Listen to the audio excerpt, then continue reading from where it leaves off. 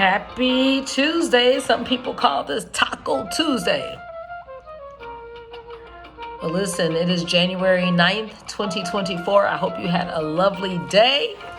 And I was able to bring back the book that we are studying, the art of this great illustrator with this book. So had a lot of the 8th graders drawing this picture. And I said it's not about drawing, but recording and tricking your brain.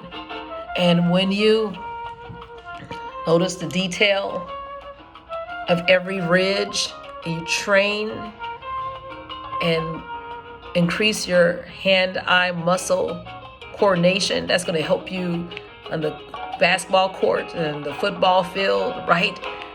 So I don't teach drawing, but I teach noticing. And I asked, and a lot of them knew, what was the most difficult part of the body to draw? The hand. A lot of them got it right. So you're not drawing it as a hand, because then that's when you're going to go back to your first grade self and draw like a big oval with some circles, fingers. No. But if you notice the ridges and say that's not a hand, but it's like a mountain opening and body of lake, and then like a camel, hump and all that. And then these are rectangles instead of saying those are cuffs. Well, anyway, we have this book because Schomburg was someone who started a library. And we read the first section, and I said it's going to take probably a week to get through this, and we're going to enjoy. We read the introduction, and we read the story or the poem about 5th grade, the prologue, the bibliophile, and now we're at Genius. Yes! All my students are geniuses. Yes. In one respect or another, they have the capacity to do great things. All right, where is our historian to give us our side? Arturo asked. To teach our people our own history. Afro Puerto Rican or Afro Boricano, born in 1874, young Arturo Schomburg began a lifelong quest. Still a boy, he took on the mantle of historian. Because he had to know the truth in a history club, he noticed that the white youth seemed prouder of their heritage than the black members. Arturo read everything he could about his people, but he did not hurry. He let facts simmer. Good. True scholarship requires time and calm effort. Yes, that's the whole point to going into an art unit. They think that it's to aesthetically please the eye, but it's really to calm the body.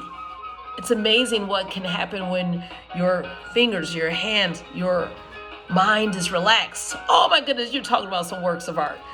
And that's from switching off anger and all those other emotions and getting to balance. Yeah. Anyway, calm effort, he figured. And it's so important to practice this every day when we have a chance. What else? What else is important? Peace. Yes. He figured this. Nothing worthwhile is done in haste. You might as well enjoy the journey. You might as well enjoy the process and not just the destination. I say that a lot. Nothing worthwhile is done in haste. After all, there were ages to traverse. Lost for hours in books, Arturo was transported by Benjamin Banneker's almanac to early America. Arturo studied all he could about the self-taught inventor, astronomer, and draftsman. He beamed as he read that Banneker accurately plotted a solar eclipse. Arturo could almost hear the tick-tock of Banneker's handcrafted wooden clock, the first built in the New World. Arturo imagined Banneker counting off minutes, racing time to redraft plans from memory for the streets of Washington, D.C., after French architect Pierre L'Enfant walked off and carted his papers with him to Europe. Banneker reproduced them in only 2 days. The nation's capital in 2 days by heart. Tick tock, tick tock. Where were the monuments to this genius? Everybody has that capacity within us. El Emigrante, or the immigrant.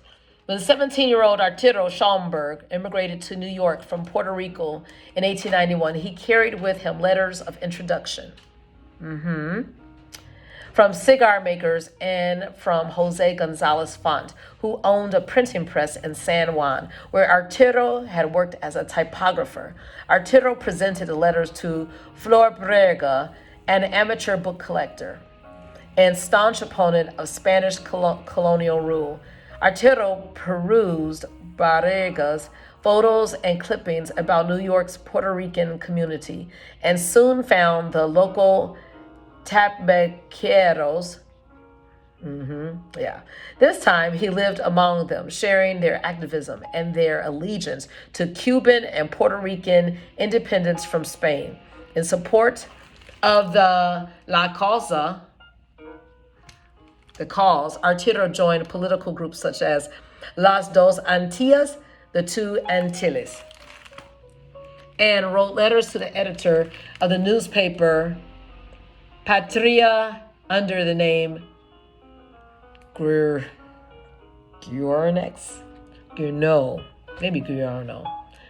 Newly arrived Arturo sought to better himself, getting Spanish lessons while learning English in night school. I need to refresh on some Spanish myself. Drawn to medicine and law, he pursued neither because, as the story goes, his official school records were lost in a fire. Not even a letter from a former teacher was sufficient proof of his formal education. Kindergarten was all that could be documented. So Arturo set aside dreams of a profession and toiled as a messenger and clerk at the law firm that was seeking to protect Johnson & Johnson's use of the Red Cross logo on its product. Hey, that's interesting. For that case, Arturo indexed and memorized thousands of pages of testimony. His recall of detail extraordinary. Thousands of pages. Oh my goodness. The next time you need to remember something, think about Arturo Schomburg. Wow, Schomburg, with an M. How impressive. So I hope we remember that we have genius within us. And oh my goodness, these pictures are magnificent. Just giving us some more material, just to remember that it's within all of us to do great things. Not only elementary school students, not only high school, college, and beyond, those who are not in school, I just had a conversation about those who retire. Listen, especially if you are finished, with one career, you're still alive for a reason and you have purpose within you. So keep on going, learn a new trade, a new hobby, new something, a new language, never stop learning. And you will see that genius is blossoming, ready to be reactivated. Have a good evening learning.